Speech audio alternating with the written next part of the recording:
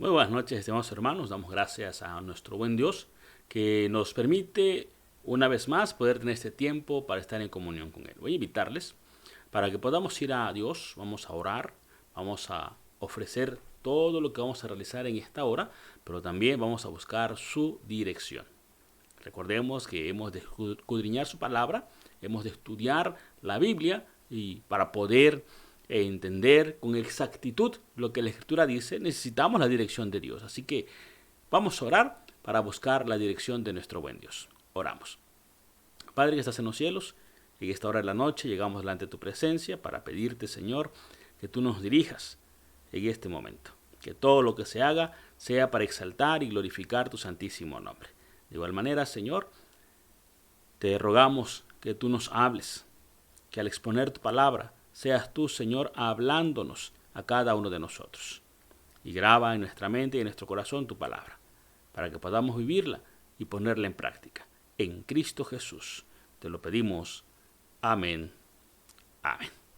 Pues hermanos, vamos a iniciar. Y como ya pudimos observar, el tema que vamos a tratar en esta noche es el arrepentimiento, la puerta a la gracia o la puerta de la gracia. Y vamos a abrir nuestros himnarios y voy a invitarles para que podamos buscar el himno número 90. Himno número 90, ya por título, Oh Señor, procuro en vano. Y entonamos para la gloria de nuestro Dios este himno.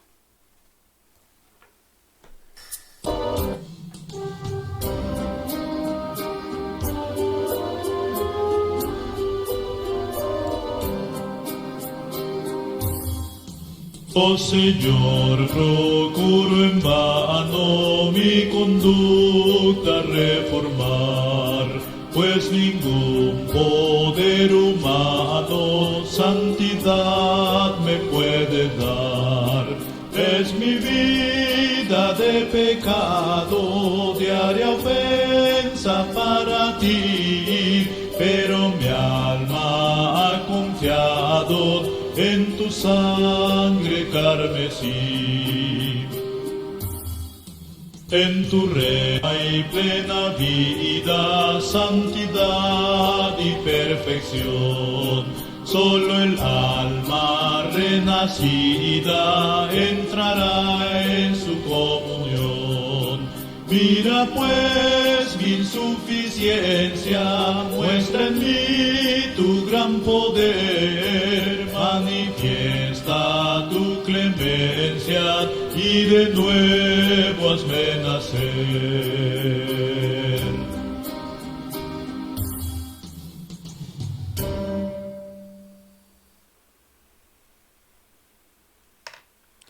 Continuamos y ahora abrimos la palabra de nuestro Dios y vamos a buscar en el Salmo número 51. Vamos a leer todo el Salmo número 51 en esta hora. Leemos para la gloria de nuestro Dios. Salmo 51.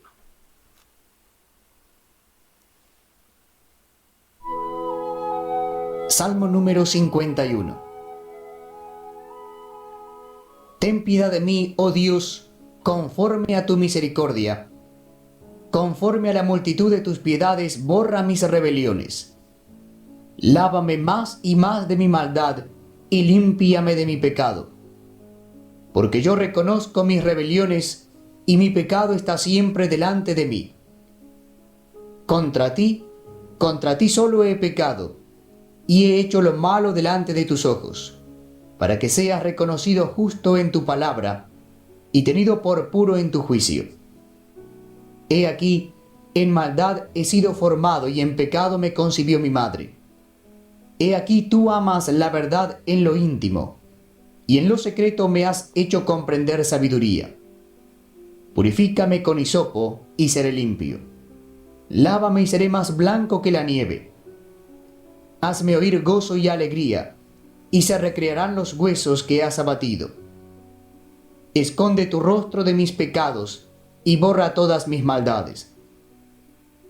Crea en mí, oh Dios, un corazón limpio, y renueva un espíritu recto dentro de mí.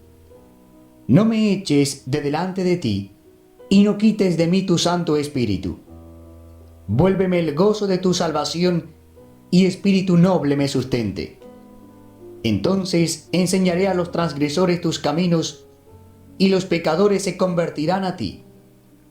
Líbrame de homicidios, oh Dios, Dios de mi salvación. Cantará mi lengua tu justicia. Señor, abre mis labios, y publicará mi boca tu alabanza. Porque no quieres sacrificio que yo lo daría, no quieres holocausto. Los sacrificios de Dios son el espíritu quebrantado.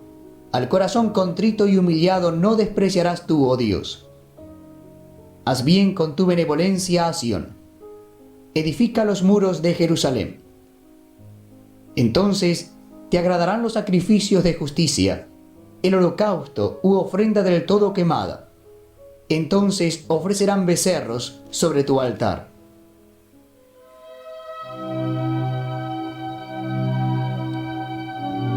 Amén. Continuamos y tenemos en este momento el tiempo del mensaje, de la predicación, de la palabra de nuestro Dios, que como dijimos hace un momento, el tema de esta noche es el arrepentimiento, la puerta hacia la gracia o la puerta a la gracia. Sin arrepentimiento nosotros no podemos accesar a la gracia de Dios, o no podemos obtener la gracia de Dios, ya que Dios nos la da a nosotros conforme su voluntad.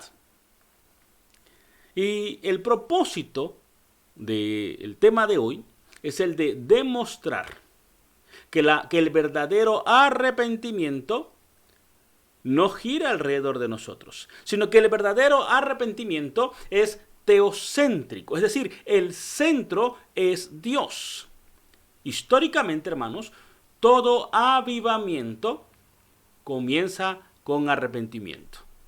Muchas veces nosotros en nuestras iglesias hacemos cultos de avivamientos, que puede ser un solo culto, o puede ser toda una semana, o puede ser todo un mes de cultos de avivamiento, pensando erróneamente que puede venir alguien de afuera a traernos el avivamiento a nosotros. Pero históricamente, todo avivamiento comienza con arrepentimiento, y ese arrepentimiento se da dentro de nosotros. No puede haber avivamiento sin arrepentimiento. Y es por eso indispensable que nuestro arrepentimiento sea un arrepentimiento teocéntrico. Es decir, que el centro sea Dios. Por ejemplo, en el siglo XVI, un monje llamado Martín Lutero clavó 95 tesis en las puertas de la catedral con el único fin de tratar o de hablar acerca del arrepentimiento como una actitud y no solamente como un acto. Recordemos que esas 95 tesis estaban en contra de la venta de indulgencias, que cuando usted depositaba la moneda, en el momento que la moneda llegaba al fondo y sonaba, en ese momento el alma del familiar que estaba en el purgatorio iba a salir para ir al cielo. Y Martín Lutero, en esas 95 tesis, habla acerca de que el arrepentimiento tiene que ver con una actitud, no con un acto de depositar una moneda, sino con la actitud de cada persona ante Dios. Es por eso que tenemos nosotros que entender lo siguiente. En primer lugar, tenemos que entender que el arrepentimiento debe de ser un estilo de vida. Hay personas que creen que el arrepentimiento tiene que ver con un acto de pasar al frente en un culto, levantar la mano, o con decir, bueno, me siento mal, disculpen, perdónenme, Sí, el arrepentimiento sí tiene que ver con una actitud, con los actos que hacemos, pero también tiene que ver, perdón, con los actos y tiene que ver con nuestra actitud. El arrepentimiento es un estilo de vida. Vayamos a la palabra de Dios y vamos a notar que en ese arrepentimiento como estilo de vida debemos de arrepentirnos de nuestras malas acciones. Y esto nos lo dice Isaías en su capítulo 54, versículo 6. Allá en Isaías 54, 6 leemos que dice la palabra de nuestro Dios lo siguiente: porque como a mujer abandonada y triste de espíritu te llamó Jehová, y como a la esposa de la juventud que es repudiada, dijo el Dios tuyo. Nosotros, hermanos, tenemos que arrepentirnos de nuestras malas acciones. Dios a nosotros nos encontró, como dice Isaías, como una mujer abandonada, que tenía el espíritu triste, que estaba quebrantada, como aquella mujer que había sido repudiada. Así nos encontró el Señor. Nadie nos quería. Algunos inclusive nos juzgaban porque nos habíamos portado de tal o de X manera y no nos querían. Todos nos señalaban. Y así nos encontró el Señor. Por lo tanto, debemos de arrepentirnos de nuestras malas acciones. ¿Recuerdan ustedes la oración de aquel hombre que estaba en el templo y decía: Señor, te doy gracias, porque yo hago esto, hago lo otro, yo ayuno, yo esto, yo aquello, doy mi diezmo? En fin, empezó a alabarse a sí mismo, empezó a ver lo que él estaba haciendo por Dios. ¿Y cuántas veces nosotros tomamos esa actitud? No, si es que yo he hecho, si es que yo acá, yo allá, y nos da la enfermedad del yo-yo. El yo aquí, yo acá, yo esto, yo lo otro. Y nos olvidamos que no se trata de que lo que estamos haciendo nosotros, sino de lo que ya Dios ha hecho por nosotros. En ese mismo pasaje de Mateo, donde está este hombre orando y dando gracias por todo lo que ha hecho, se olvida de que es Dios quien preparó todas las cosas para que él pudiese hacer las cosas. Pero también hay otro hombre en ese mismo lugar, a esa misma hora, que está orando y que está con su rostro postrado en tierra.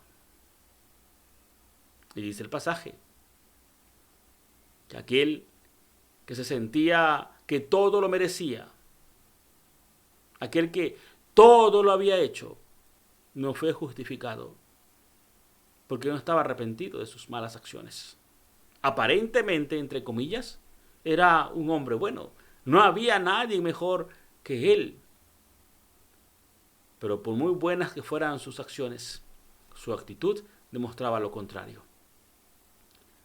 Encontramos otro ejemplo en la palabra de Dios. Encontramos otro ejemplo en la Biblia. Y encontramos a Pablo. El apóstol Pablo es un ejemplo de un arrepentimiento como una actitud. Vayamos pues a 1 Timoteo, capítulo 1, versículo 15. En esta porción dice la Escritura: palabra fiel y digna de ser recibida por todos, que Cristo Jesús vino al mundo para salvar a quienes, a los pecadores, de los cuales, de todos los pecadores, dice Pablo, yo soy el primero. O de todos los pecadores, yo soy el más grande. En otras palabras, el apóstol Pablo está diciendo: si hacemos un concurso para saber quién es el más malo, quién es el más pecador, dice Pablo, no hay necesidad de hacerlo, porque yo soy el pecador más grande. ¿Cuál es tu actitud? ¿Cuál es mi actitud? La de aquel hombre que se presenta delante de Dios como el digno, el merecedor, el que todo lo ha hecho, o como el apóstol Pablo: yo soy el pecador más grande. Esto que menciona el apóstol Pablo aquí en 1 de Timoteo capítulo 1 versículo 15 nos habla de que el arrepentimiento es una acción que va acompañada de una actitud. La acción es de arrepentirnos, pero la actitud es de aceptar nuestra verdadera condición. Ahora hablemos acerca de un arrepentimiento falso. Si hablamos de que hay un arrepentimiento verdadero, que hay un arrepentimiento genuino, entonces significa que hay un arrepentimiento que es falso. Y vayamos pues y veamos cuál es ese arrepentimiento falso. Encontramos en la Biblia también este ejemplo. El rey Saúl es un ejemplo de un arrepentimiento falso. ¿Por qué podemos decir que el rey Saúl es un ejemplo de un arrepentimiento falso? Recordemos que Dios lo manda a algunas tareas. Esto lo podemos encontrar en el primer libro de Samuel, en 1 de Samuel. Si usted puede y gusta, busque 1 de Samuel capítulo 13. En los versículos 8 al 14 de 1 de Samuel 8, Dios manda a que vaya y haga la guerra contra los filisteos.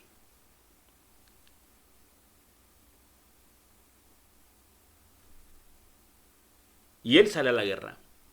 Pero el profeta Samuel se tarda un poco.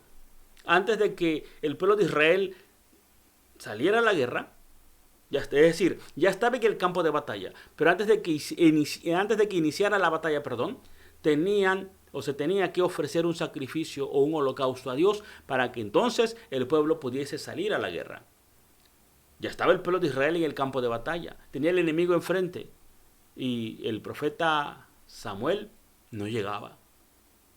Y como el profeta no llegaba, Saúl hizo el holocausto, presentó el holocausto, el sacrificio delante de Dios, y terminando el rey Saúl de hacer este sacrificio, llega Samuel y le dice: ¿qué has hecho? Y en lugar de que el rey aceptara lo que había hecho, el rey lo que hace es que da excusas. Dice el rey: si tú no hubieses tardado, esto que yo hice no hubiese pasado. Sí, estuvo mal lo que hice, pero no fue mi culpa, fue tuya, porque tú no viniste a tiempo. Es lo que está diciendo el rey. Ante esa misión de ir a la batalla contra los filisteos, el rey lo que hace es presentar excusas. Si tú no hubieses venido, yo no lo hubiese hecho. No es mi culpa, es tu culpa, dice el rey. Ahí mismo, 2 capítulos más adelante, en el capítulo 15, una vez más, Dios le da una orden al rey Samuel que vaya y haga la guerra contra los de Amalek, contra los amalecitas. Y la orden de Dios es: vas a matar al rey, hombres, a mujeres, a niños, a los animales, todo lo vas a exterminar. Esto lo encuentra usted allá en 1 de Samuel, capítulo 15. Y el rey Saúl va a la guerra. Ataca al pueblo de Amalek. Cuando el profeta Samuel llega, le pregunta al rey: ¿has cumplido la orden de Dios? El rey dice: claro, todo está hecho, hemos cumplido la ordenanza. Y le dice el profeta: entonces, ¿qué válido es ese que escucho? ¿O qué ruido es ese que estoy escuchando? Era el válido o el bramar de las ovejas. El rey contesta: mira, lo que pasa es que el pueblo quiso sacar lo mejor de las ovejas para ofrecerlo en sacrificio a Dios. Una vez más, encontramos al rey que ante la orden de actuar contra Amalek da excusas. Con los filisteos dio excusas. Contra el pueblo de Amalek, una vez más, da excusas. Dice el rey: no fui yo. Yo le dije que tenían que exterminarlo todo, pero es que el pueblo o los soldados, el ejército, dijo que había que sacar para el holocausto. ¿Y quién soy yo? Yo soy uno solo. Ve cuántos soldados son contra mí. Suena ilógico, ¿verdad? Él era el rey. Él era el que determinaba lo que se tenía que hacer. Mas, sin embargo, él no aceptó su culpa. Él desplazó la culpa hacia otras. No fue mi culpa, fue del ejército. No fue mi culpa, fuiste tú que no llegaste a tiempo. El rey Saúl es un ejemplo de un arrepentimiento falso. Sí se arrepiente de lo que ha hecho, pero no acepta su culpa.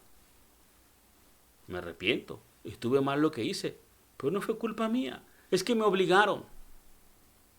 Esto es como cuando en casa discutimos y nos encaloramos tanto que se nos sale un insulto o se nos sale un golpe y decimos, mira, no era mi intención, pero es que tú me provocaste.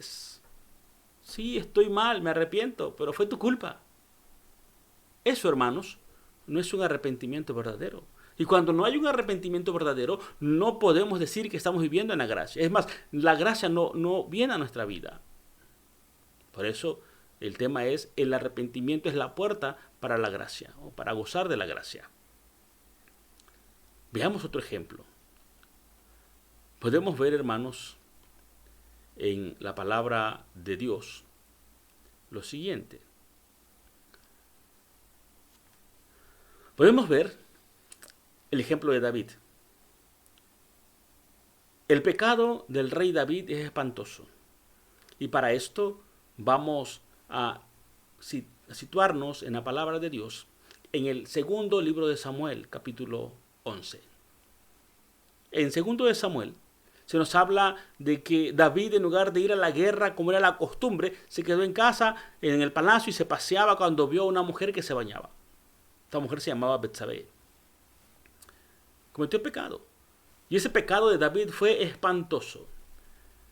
Allí en Samuel, segundo de Samuel 11, versículo 2, dice la palabra de nuestro Dios lo siguiente.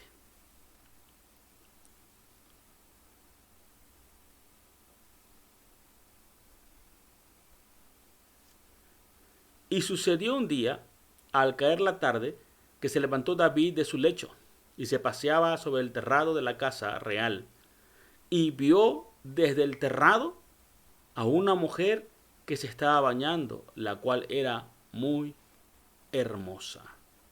Este pasaje nos habla de ese pecado de David y de Betsabé, o de David con Betsabé. Dice la Biblia que David vio a esta mujer, la deseó, la mandó traer, porque quería estar con ella. La gente, sus consejeros le dijeron, cuando él preguntó quién es, dijeron, ella es Betsabé, la esposa de Urías. El que le da esta información, cuando le dice, es la esposa de Urías, le está diciendo, no la tomes, porque tiene dueño, tiene esposo.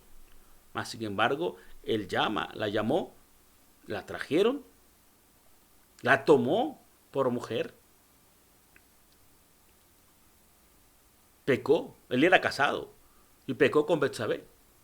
Y para tapar su pecado, por eso decimos que el pecado de David fue espantoso, para poder tapar o ocultar su pecado, David tuvo que cometer muchos otros pecados. Y aquí podemos darnos cuenta, hermanos, cómo un pecado nos puede llevar a cometer otro y otro y otro.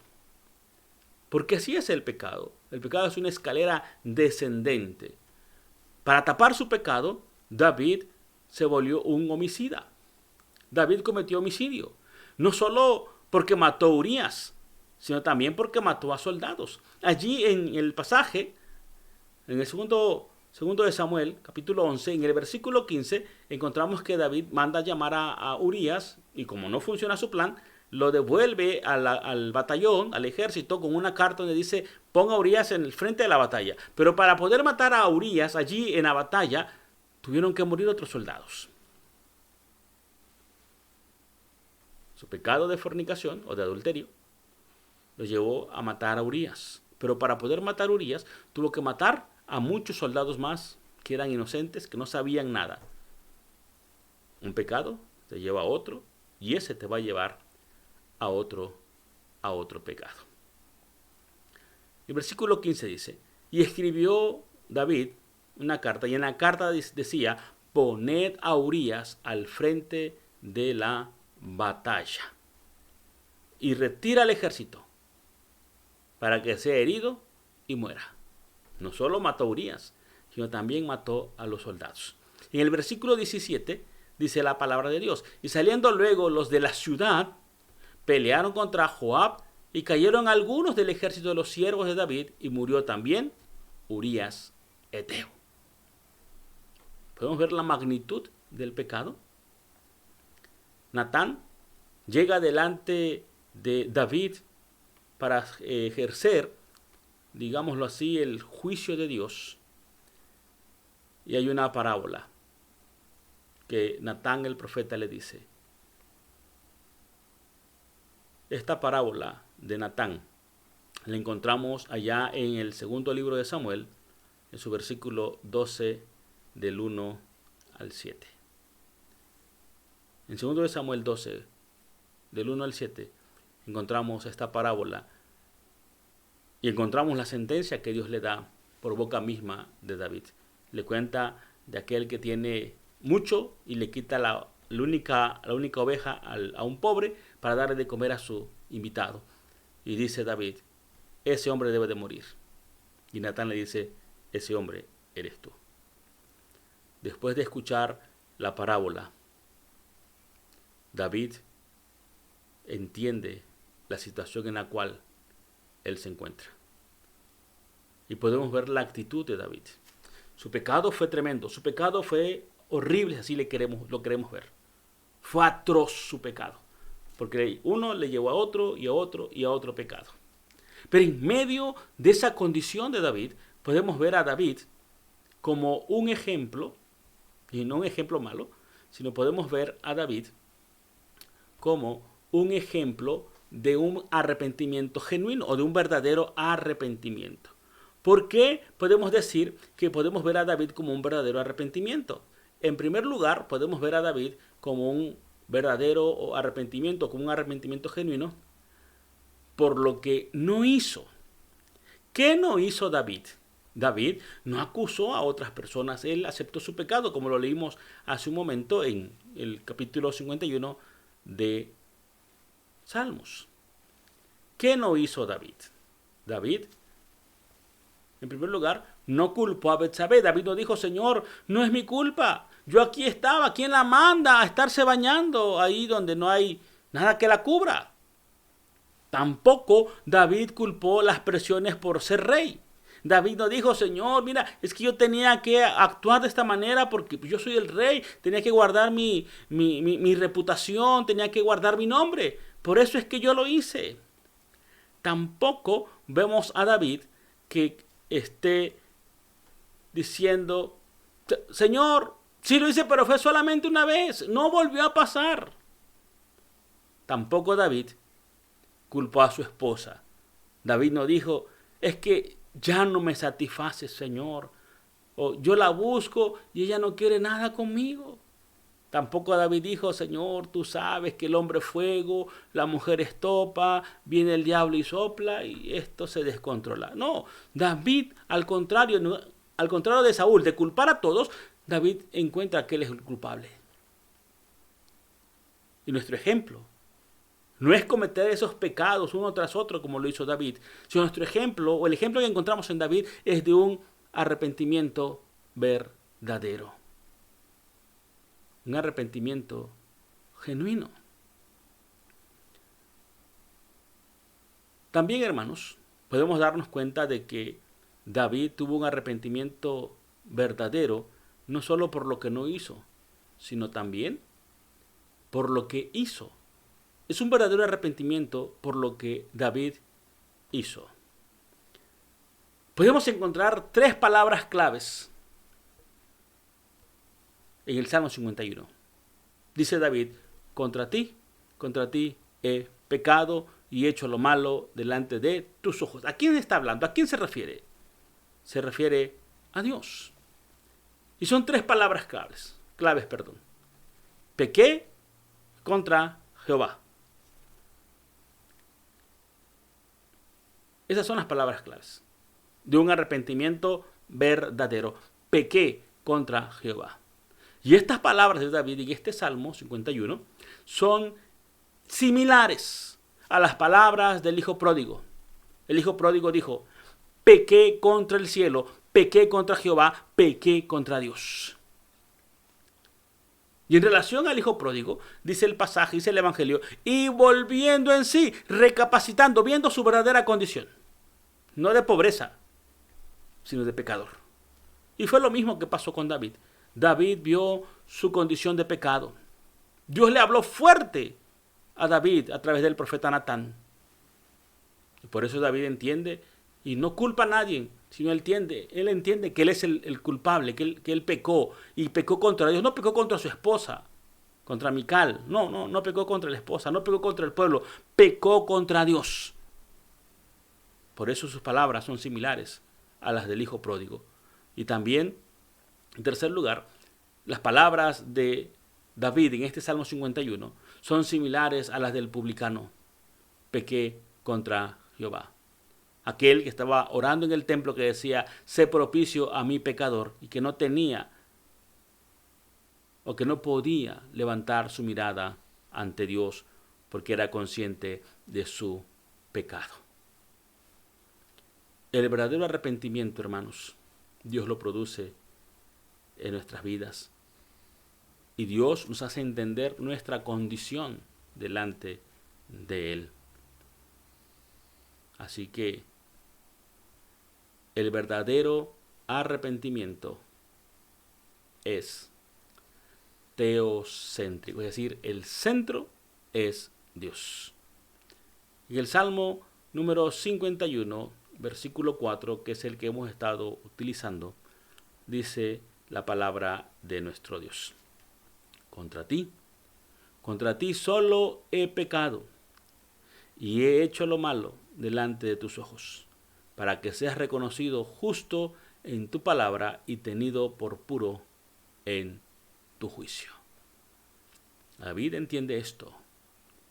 Es por eso que su arrepentimiento es verdadero. Porque él dice: he pecado contra Dios. Y lo que va a acontecer en mi vida, las consecuencias de mi pecado, es para que Dios sea visto como justo y tenido por puro en su juicio. ¿Cuántas veces nosotros pecamos y nos enojamos contra Dios porque vienen las consecuencias, viene la disciplina o no sé qué pueda pasar en nuestra vida como consecuencia de nuestro pecado, y nos enojamos con Dios y nos apartamos de Él? Podemos ver aquí en David que cuando él entiende su condición y se arrepiente verdaderamente, se arrepiente de corazón, y es un arrepentimiento teocéntrico, no es de que, me siento mal porque le fallé a mi esposa, me siento mal porque le fallé a la iglesia, no, sino él dice: yo he pecado contra Dios, y viene una consecuencia que está llegando a mi vida, y esa consecuencia es porque Dios es justo. Por eso viene una consecuencia a mi vida, por la justicia de Dios. Y cuando yo pase por esa justicia de Dios y pase las consecuencias de mis actos, entonces será visto que el juicio de Dios es puro. Pero ¿cómo nos cuesta a nosotros entender esto que David entendió, que Dios hizo que David entendiese? Nos cuesta mucho trabajo poder entenderlo. Podemos darnos cuenta que ese arrepentimiento de David fue un arrepentimiento teocéntrico, porque David en ningún momento menciona a Betsabé, no menciona al bebé muerto, no menciona a su esposa, no menciona a Urías, no menciona a los soldados muertos, no menciona los daños a la nación, sino él dice: solo he pecado contra Dios. David en su mente lo que tenía era haber pecado contra Dios. Creemos, que no lo dice la Biblia, pero creemos o inferimos que David tuvo que hablar con su esposa. Tuvo que enfrentar a la nación. Tuvo que enfrentar a la familia de Urías. Tuvo que hacerlo. Le dolió que su hijo muriese. Pero en ningún momento David menciona a estos personajes, sino solo dice, contra ti he pecado, hablando acerca de Dios. Recordemos que el verdadero arrepentimiento es un corazón roto, es un corazón quebrantado, porque ha roto y ha quebrantado el corazón de Dios. Un verdadero arrepentimiento tiene que ver con eso.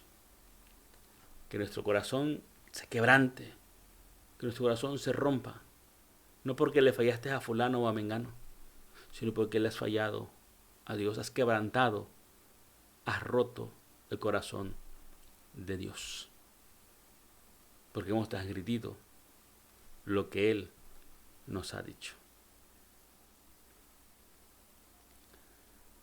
En el Salmo 51, versículo 4, una vez más leemos lo que dice este salmo. Contra ti he pecado y he hecho lo malo delante de tus ojos. Cuando nosotros nos arrepentimos, ¿por qué nos arrepentimos? Porque hemos entendido que le hemos fallado a Dios. O nos arrepentimos porque le fallé a mi esposo, le fallé a la esposa. Si tu arrepentimiento es por alguien más y no por Dios, porque has ofendido a Dios, tu arrepentimiento muy probablemente sea falso. Cuando te duele haberle fallado a Dios, es porque has entendido tu condición y tu arrepentimiento es verdadero. El arrepentimiento, hermanos, el arrepentimiento verdadero es reconocer lo siguiente. Es reconocer, en primer lugar, que hay un problema. El arrepentimiento verdadero es reconocer que hay un problema. Segundo, el arrepentimiento verdadero es reconocer que yo soy el problema. No es fulano, no es mengano, sino soy yo el problema. En tercer lugar, un arrepentimiento verdadero reconoce que Cristo es la respuesta. Y lo vemos aquí en el Salmo 51, versículo 2 y versículo 10. En el versículo 2 dice, lávame más y más de mi maldad y límpiame de todo que mi pecado. No dice, Señor, limpia a mi esposa, a mi esposo, a mis hijos, a mi vecino. Sino dice, límpiame a mí de todo mi pecado. Lávame a mí, no al vecino. En cuarto lugar, el arrepentimiento es reconocer que mi responsabilidad, o que es mi responsabilidad, que yo soy responsable de lo que está aconteciendo. Y aquí encontramos la ley del 90-10, que se encuentra allí en Mateo capítulo 7, versículo 1 al 6. El arrepentimiento verdadero es reconocer que hay un problema, que ese problema soy yo, pero que Cristo es la respuesta, que Él es el que nos va a lavar y que va a crear en nosotros un corazón nuevo, un corazón limpio, pero que también es mi responsabilidad. No podemos evitar la tentación, como dice la misma Biblia. No podemos evitar que los pájaros vuelen sobre nuestra cabeza, pero sí podemos evitar que hagan nido en ella. Es mi responsabilidad. Y en Mateo capítulo 7, versículo 1 al 6, encontramos la ley del 90-10. ¿Cuál es la ley del 90-10? La ley que encontramos en Mateo es la ley del 90-10. ¿Qué significa esto? La ley del 90-10 significa que lo que está en mi ojo siempre es una viga, de tal forma que mi 10% se hace el 100% para mí. en ese problema es mi responsabilidad. Porque lo que yo tengo en mi ojo es una viga. Es decir, el 100% de responsabilidad. Yo, aunque yo diga que no tengo la culpa, que yo solamente soy responsable un 10%, el Señor me dice que no, que yo tengo la viga y que soy responsable del 100%. Y lo que está en el ojo ajeno siempre es una paja, aunque la otra persona tenga el 90% de la culpa, él siempre va a tener una paja. Y él tendrá siempre el 10%. Esto puede parecernos ilógico, y sí lo es, desde nuestra perspectiva humana, desde nuestro entendimiento humano. Esto que dice la palabra del Señor aquí en Mateo 7, 1 al 6, sí parece ilógico. Que yo tenga el 100% de la culpa, aunque no sea así, humanamente hablando, y el que tiene el 100% de la culpa simplemente tendrá el 10%. Porque yo tengo la viga, él tiene la paja. Parece ilógico, humanamente hablando, sí, pero no lo es, hermanos. No lo es, ni lo será. Así que tenemos nosotros que entender esta parte para que entonces podamos tener un arrepentimiento verdadero y genuino. Quiero terminar con esto para que podamos entender esta situación. En una ocasión, un matrimonio joven que tenía en su bebé de aproximadamente un año y medio, salieron del culto un domingo y ellos acostumbraban a que todos los domingos salían a comer fuera, no preparaban nada en casa. Terminando el culto, salían a comer. Y en esa ocasión decidieron invitar al predicador, al pastor, que estaba predicando ese día. Dijeron, cuando terminó el culto, se acercaron y dijeron, pastor, queremos invitarte a comer. Fueron a comer y mientras comemos, tengo unas pequeñas dudas y quiero que me las resuelvas. El pastor aceptó la invitación, fueron al restaurante, llegaron al restaurante, pidieron la carta, pidieron sus alimentos y empezaron a dialogar mientras traían la comida. Y mientras ellos platicaban, pidieron un asiento para bebé y pusieron al bebé en el asiento. Y siguieron dialogando y mientras platicaban, aquel bebé empezó a reír, a hacer escándalo, a aplaudir y a reírse. Para ellos fue extraño. E interrumpieron la plática y voltearon a ver a su niño, a su bebé.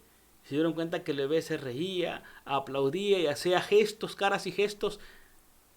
Y voltearon la mirada hacia donde el bebé estaba mirando.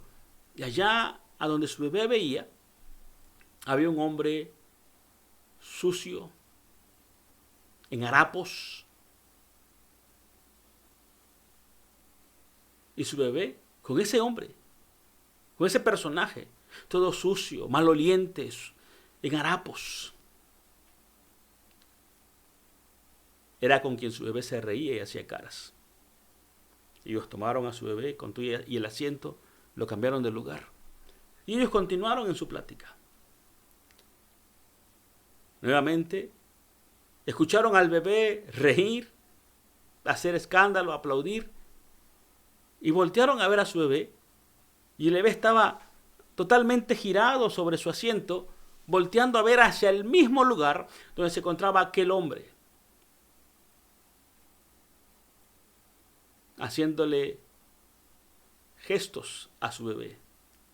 Una vez más, estas personas cambiaron al bebé de lugar, siguieron en su plática, y nuevamente el bebé siguió haciendo ruido, siguió riéndose. Volvieron a cambiar al bebé del lugar porque estaba otra vez dirigido hacia donde estaba aquel hombre sucio y maloliente. Es la tercera vez que lo cambiaron al bebé del lugar. Dijeron, ahora sí, ya no lo va a ver, no sea que le vaya a calentar su cabeza al niño. Y continuaron en su plática y llegó la hora de la comida, le sirvieron, empezaron a comer y el niño dejó de hacer escándalo, dejó de reírse. Dijeron, bueno, lo logramos al fin. Después de un momento, en que todo estaba en silencio, este matrimonio volteó a ver el lugar, el asiento donde estaba su bebé. Se dieron cuenta que su bebé ya no estaba. Alarmados, se levantaron de su asiento y empezaron a buscar a su niño. De pronto, el padre recordó a aquel hombre que estaba en aquel rincón, sucio, harapiento y maloliente. Y con una mirada de terror, volteó hacia esa esquina, hacia donde su hijo estaba haciéndole caras y gestos a aquel hombre. Aquel padre volvió su mirada hacia aquel lugar y lleno de espanto, lleno de terror, vio a aquel hombre sucio, maloliente, cargando a su bebé, quien tenía la mejor ropa que habían podido comprar. Aquel hombre corrió hacia donde estaba aquel vagabundo y le arrebató a su hijo. Aquel vagabundo le dijo al papá de aquel niño: muchas gracias. Estoy agradecido con ustedes. Yo tenía una familia. Los abandoné. Me dediqué a malvivir. Me entregué a los vicios, alcohol y drogas. Yo tenía un buen empleo, pero por los vicios lo perdí, al igual que mi familia. Hace mucho tiempo, hace muchos años, que nadie, absolutamente nadie, se dignaba a mirarme. Prácticamente yo ya no existía para el mundo. Y les agradezco que hayan permitido que su bebé me recordara que sigo siendo un ser humano, que sigo teniendo valor. Su niño, su bebé, no me juzga por mi pasado, no me juzga por mi vestimenta, y me ha demostrado que hay alguien que me ama. Estimado hermano, estimada hermana, amigo, que me escuchas y me ves en esta tarde, en esta noche. Así obra Dios con nosotros. No importa nuestro pasado. No importa quiénes seamos. No importa nuestra condición, qué tan sucios podamos estar. Dios nos ama. Él es como ese bebé. No te juzga por tu pasado. No te juzga por tu apariencia. Él extiende sus brazos para que tú vengas a Él. Él te recibe tal y como eres. Solo arrepiéntete de corazón y genuinamente.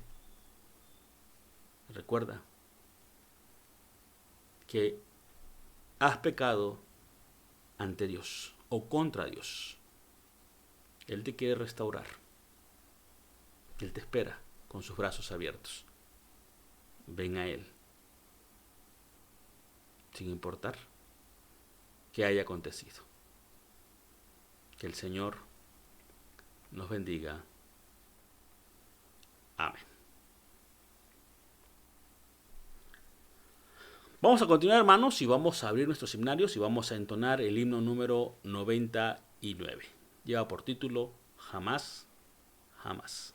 Himno 99.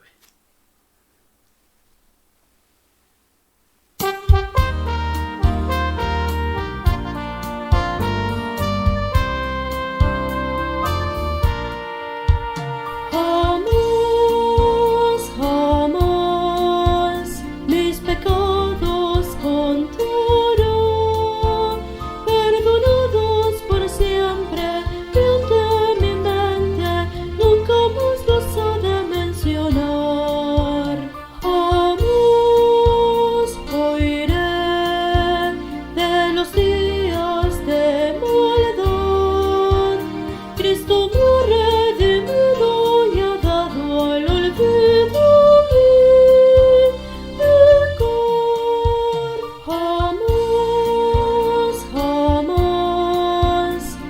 pecados contará, perdonados por siempre, y ante mi mente nunca más los ha de mencionar. Jamás oiré de los días de maldad. Cristo me ha redimido y ha dado al olvido mi pecar.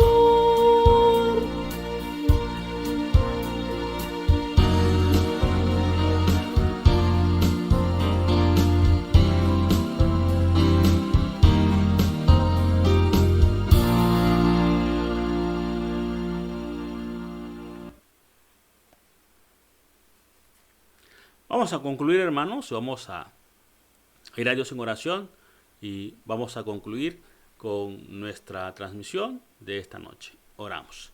Padre que estás en los cielos, te damos gracias por este tiempo que nos has brindado para estar en comunión contigo. Gracias, Señor, porque eres tú el único que puede llevarnos a un arrepentimiento verdadero, a un arrepentimiento genuino, y así, Señor, poder ser vivificados por el obrar tuyo en nuestras vidas, por el mover del Espíritu Santo. Te ruego, Señor, que todos aquellos que han escuchado tu palabra en esta noche puedan venir, Señor, con un corazón arrepentido delante de ti, que ellos puedan recordar que tus brazos están abiertos, que tú los esperas con amor. Haz tu obra, pues, en cada uno de nosotros. Te rogamos que en esta noche tú derrames tu bendición sobre nosotros y nos des un sueño tranquilo, que nos guardes durante nuestro descanso. Y si es tu voluntad que el día de mañana podamos despertar, lo hagamos, Señor, para alabar y exaltar tu nombre. En Cristo Jesús te lo pedimos. Amén. Amén. Hermanos, que el Señor les bendiga, que descansen. Recuerden, suscríbanse, denle clic a la campanita para que les lleguen las notificaciones que vamos a estar subiendo cada semana un video. Que el Señor les bendiga, que descansen y nos vemos. Amén.